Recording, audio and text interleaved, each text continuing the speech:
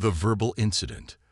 The great chamber of the Galactic Concord hummed with the soft vibrations of 27 different translation fields. Hovering drones projected holographic subtitles in hundreds of languages as representatives from over 3,000 species engaged in the careful dance of interstellar diplomacy.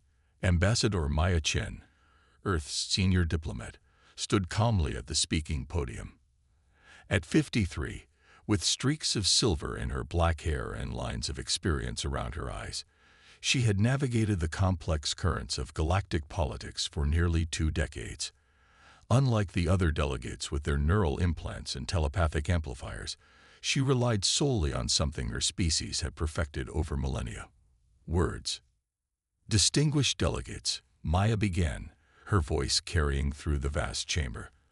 I've listened with interest to the Jurat proposal regarding the disputed territories in the Vega Corridor.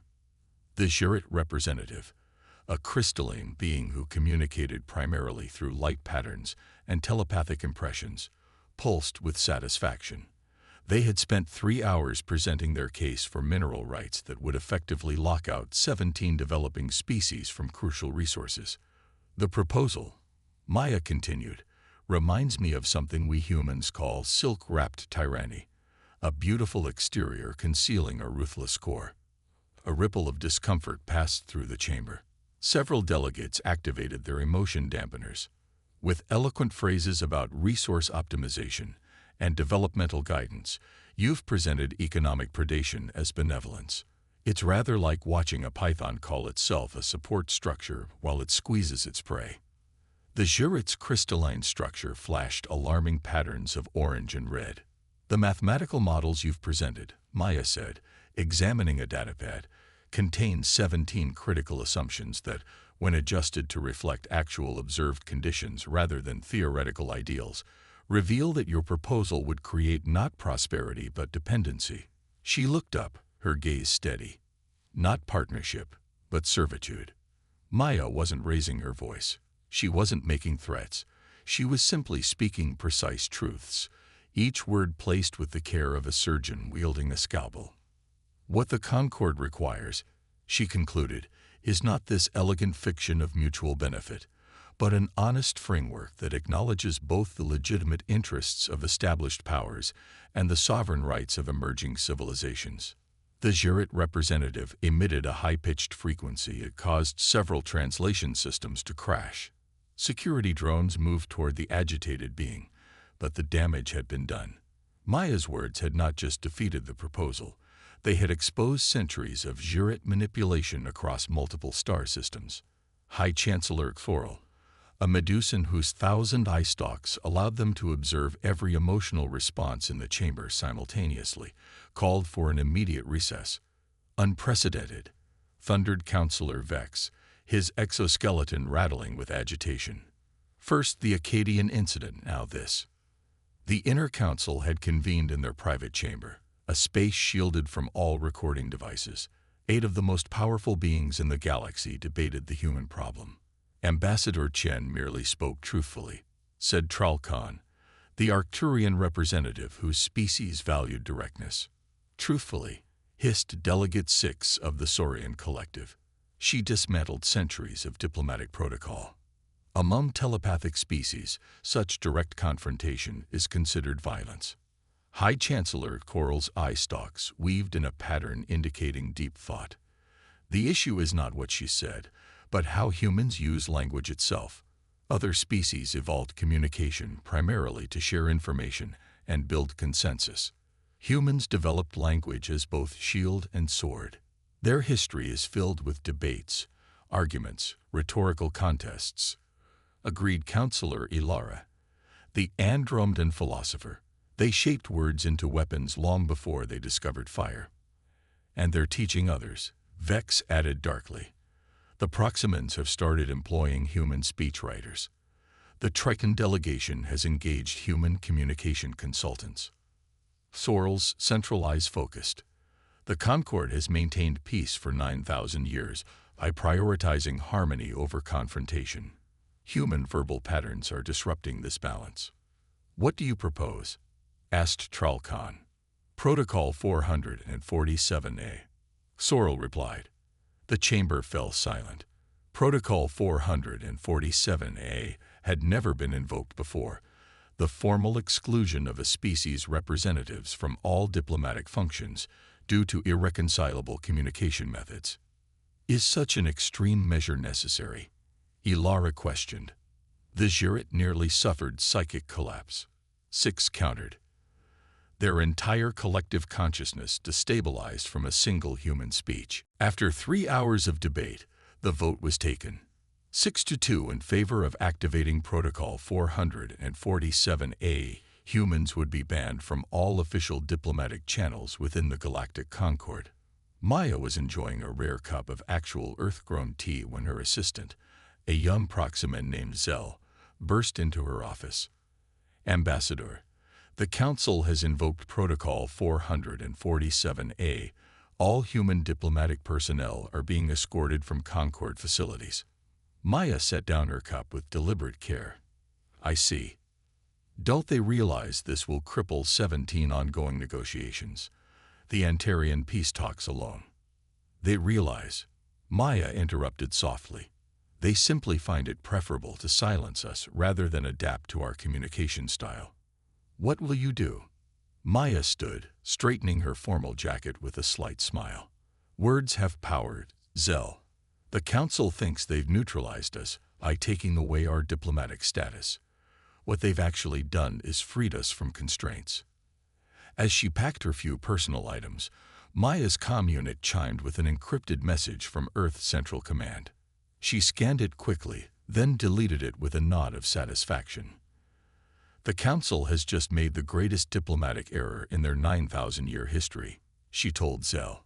They'd forgotten a fundamental truth about humans, which is, when you tell us we can't say something, Maya replied, eyes gleaming, that's precisely when we find our voice. Silent operations. The Tauri Way Station hung in the void between star systems, a sprawling complex of habitats, docking bays, and commerce centers where species from across the galaxy conducted business outside formal Concord channels. Unlike the pristine, meticulously regulated Concord facilities, Tauri was chaotic, vibrant, and operated according to its own peculiar codes. Maya Chen sat at a corner table in an establishment called the Void's Edge, nursing a drink that glowed faintly blue. 6 months had passed since the diplomatic ban, and she had exchanged her formal attire for practical clothing that wouldn't draw attention. The silver in her hair was now more pronounced, not from age, but from stress. A hooded figure slid into the seat across from her without invitation. The aurora shines green at midnight, the figure said, using the agreed-upon phrase. Yet the deer still graze at dawn, Maya responded, completing the authentication. The hood lowered slightly, revealing the scaled features of Krell, a junior Saurian diplomat she had mentored years ago. This meeting endangers your career, Maya noted. My career is already endangered by the Council's foolishness, Krell replied, his voice low. The Jurat have exploited the human absence to push through 3 resource appropriation measures. The Proximan colonies are on the verge of revolt. The ban continues, then, with greater restrictions. Now, even discussing human diplomatic methods can trigger censure. Krill leaned forward. But that's not why I risked coming. The Nexus cluster negotiations have collapsed. Without human mediation, the Antarians and Vega collectives are mobilizing for war. Maya absorbed this news with outward calm. The Nexus cluster conflict had been her primary focus before the ban. A complex territorial dispute with roots stretching back centuries, and the Council's response. Endless debates about proper telepathic protocols while military preparations accelerate. Krell's scales flickered with distress. We need you, Ambassador. Not officially, of course, but I understand. Maya opened a secure data tablet. Show me the current positions. As Krell transferred the information, Maya's mind was already analyzing patterns, identifying pressure points, formulating the precise words that might prevent interstellar war.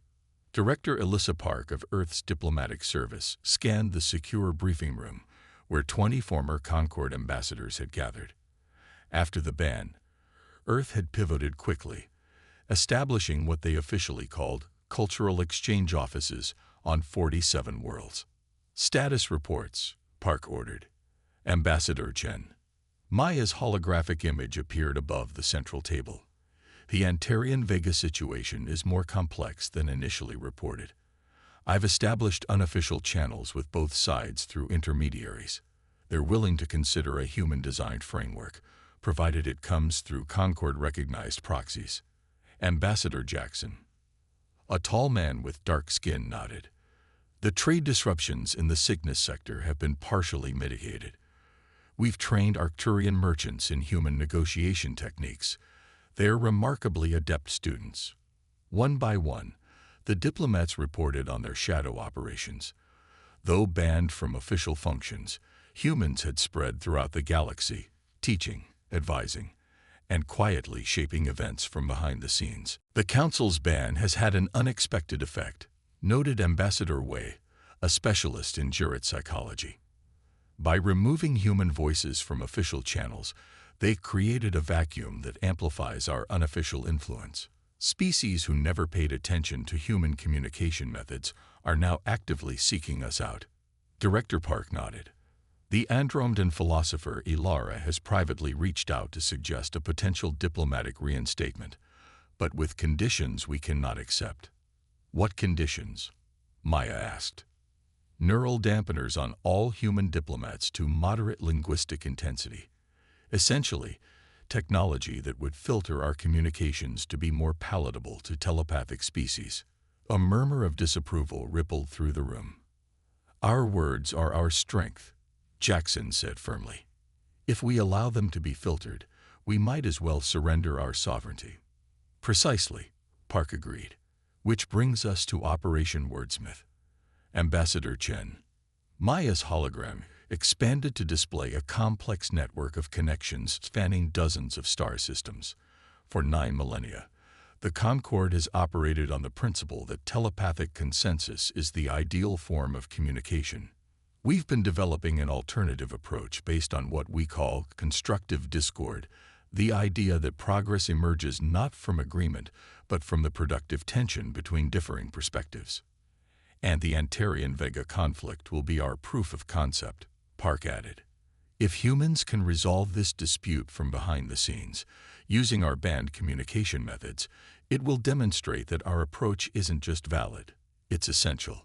On the Concord's central world, High Chancellor Thorl faced growing discontent. The council chamber, once a model of ordered discourse, had devolved into factions as telepathic species struggled to resolve conflicts without human mediation. The Proximan delegation has formally protested the Jurat resource allocation, reported a harried aide. Again, Thorl's eye stalks drooped with fatigue. That's the 4th protest this cycle. They claim the mathematical models are flawed. Their exact message was unusual. They said the Jurat proposal has all the economic validity of a pyramid scheme designed by intoxicated juveniles. Thorl stiffened. That sounds suspiciously human. There's more. The Arcturian trade guilds have submitted a position paper on the Cygnus disruptions that contains 37 distinct rhetorical devices identified as human in origin. This ban was meant to restore harmony, Sorrel muttered. Instead, human methods are spreading like a linguistic virus. Counselor Vex burst into the chamber without ceremonial announcement, his exoskeleton vibrating with alarm. The Antarians have withdrawn from the Concord, he announced. The Vega Collective is threatening to follow. Both cite irreconcilable differences with the Council's communication protocols. Sorrel's thousands of eyes blinked in synchronized dismay. The oldest members of the Concord, leaving after 6,000 years. They've established an alternative diplomatic forum, Vex continued, called the Open Dialogue Initiative. Already 37 species have applied for membership. And its founding principles. Vex's mandibles clicked in what might have been embarrassment. Direct verbal exchange, formalized debate procedures, and something called Devil's Advocate protocols, all distinctly human concepts. As the implications sank in, Sorrel realized the terrible truth. In banning human diplomats, they hadn't silenced humanity's voice. They had amplified it beyond all control. The power of voice. The emergency session of the Inner Council stretched into its third day. The chamber's usual serenity had given way to an atmosphere of crisis as reports flooded in from across the galaxy. The Krell hegemony has mobilized its border fleets, Counselor 6 reported grimly. They're exploiting the fractures in the Concord to press territorial claims against 7 developing systems. High Chancellor Forel's eye stalks drooped with exhaustion. The Krell were contained for millennia through unified diplomatic pressure. Now they sense weakness. And they're correct, said Counselor Ilara. We are weak. The Open Dialogue Initiative has drawn away 28% of our member species. The Shirit Collective is threatening economic sanctions if we don't support their position. Without consensus, we cannot act. Perhaps, ventured Tral Khan, it is time to acknowledge our error. What error? Demanded Vex. Protocol 447A was necessary to preserve our communication standards. Was it? Tral Khan countered. Look at the evidence. The human ban has not prevented their influence. It has removed all regulation of it. Their methods now spread without guidance or moderation.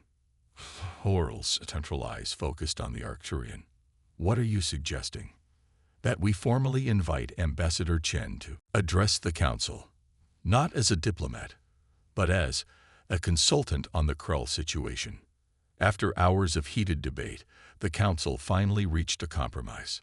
Maya Chen would be permitted to enter Concord space, not as Earth's representative, but as an independent advisor with strictly limited speaking privileges. Maya stood once more before the Council chamber, facing the 8 beings who had banned her species from diplomatic service. She noted the subtle changes in the room, the increased security, the tension evident in postures and expressions, the absence of many familiar delegations. Advisor Chen, High Chancellor Forel began formally. You have been granted temporary speaking privileges to address the Krell crisis. You will restrict your comments to practical suggestions only, avoiding rhetorical devices that might cause distress to telepathic species. Maya inclined her head. Chancellor, with respect, that is precisely the misunderstanding that created this situation. A murmur ran through the chamber. Maya was already violating her instructions. You perceive human communication as inherently aggressive because we use contrast and opposition to explore ideas, she continued. But this isn't aggression. It's how we process complexity. Advisor Chen. Sorrel interrupted. You were not invited to critique Concord communication protocols. Yet that critique is essential to resolving the Krell crisis, Maya replied calmly. The Krell have expanded because the Concord's insistence on consensus creates paralysis when facing a species that rejects your norms. They exploit your need for harmony. Counselor Vex's exoskeleton rattled with irritation. This is precisely why humans were banned. You frame everything as confrontation. Not confrontation. Maya corrected. Clarity. When humans debate, we aren't attacking each other. We're testing ideas, strengthening them through challenge. Iron sharpens iron, as one of our ancient texts says. Fascinating philosophy, Ilara interjected. But how does this address the immediate crisis? Maya activated a holographic display. The Krell communication system is based on dominance hierarchies, not consensus or debate. They respect neither your telepathic harmonies nor human verbal exchanges. They understand only decisive action backed by unified strength. The display showed 7 star systems along the Krell border. These systems are vulnerable not because of military weakness, but because of communication failure. The Krell perceive your diplomatic overtures as confusion, your calls for discussion as weakness. And your solution? Asked Horrell. A combined approach that draws on both human and Concord traditions. Maya expanded the display. I've worked with representatives from these systems to develop what we call a graduated response framework. Clear, direct statements of boundaries backed by specific proportional consequences. For the next 3 hours, Maya outlined a detailed strategy that incorporated elements of human rhetoric with Concord emphasis on harmony, not by dampening either approach, but by using them in deliberate counterpoint. When she finished, the chamber was silent. Finally, Chancellor Thorl spoke. "You've been conducting unauthorized diplomatic activities despite the ban." "I've been teaching," Maya corrected, "sharing human communication methods with species who requested that knowledge. The framework I've presented was developed collaboratively with 43 species, including 16 Concord members, and implemented without council approval in the Antarian-Vega dispute," Vex added accusingly. "Yes," Maya acknowledged. "A conflict you failed to resolve for 60 years was settled in 4 months through human communication methods. The evidence speaks for itself." 3 days later, Maya stood in Director Park's office on Earth, watching the official Concord transmission. After extensive deliberation, High Chancellor Thorl announced, "The Council has recognized that Protocol 447A has not achieved its intended purpose. Effective immediately, the restriction on human diplomatic personnel is rescinded." Park muted the transmission. "They're not admitting they were wrong." "Of course not," Maya smiled. "That would be too human of them. But they've created a new diplomatic classification for us: verbal interface specialists. Sounds like they still don't quite understand us." "They understand enough," Maya replied. "The new protocols include regular cultural exchange programs and the establishment of a communication methods research institute with humans in key positions. It's a start." "And the Krell?" "Retreating as we speak. Turns out they respect clear boundaries communicated without ambiguity." "Who would have thought?" Maya's expression grew serious. "The galaxy needs what humanity brings, Director. Not despite our argumentative nature, but because of it." Park nodded. "The Council feared our words because they cut too deep. They'd never understood that sometimes a clean cut is necessary for healing." "Precisely," Maya agreed. "In trying to silence humanity, they discovered something essential. In the vastness of space, filled with countless species and civilizations, it's not always harmony that preserves peace. Sometimes it's the courage to speak uncomfortable truths," Park concluded. Maya looked out at the stars becoming visible in the evening sky. The band taught everyone an important lesson. Words can indeed cut deeper than blades, but they can also build bridges that span greater divides than any species could cross alone. The next day, Maya Chen returned to her diplomatic post, carrying with her not just the formal credentials of Earth, but a new understanding shared across thousands of worlds, that humanity's greatest weapon had always been, and would always be, its voice. And that voice was now recognized not as a threat to galactic harmony, but as an essential instrument in its complex and evolving symphony.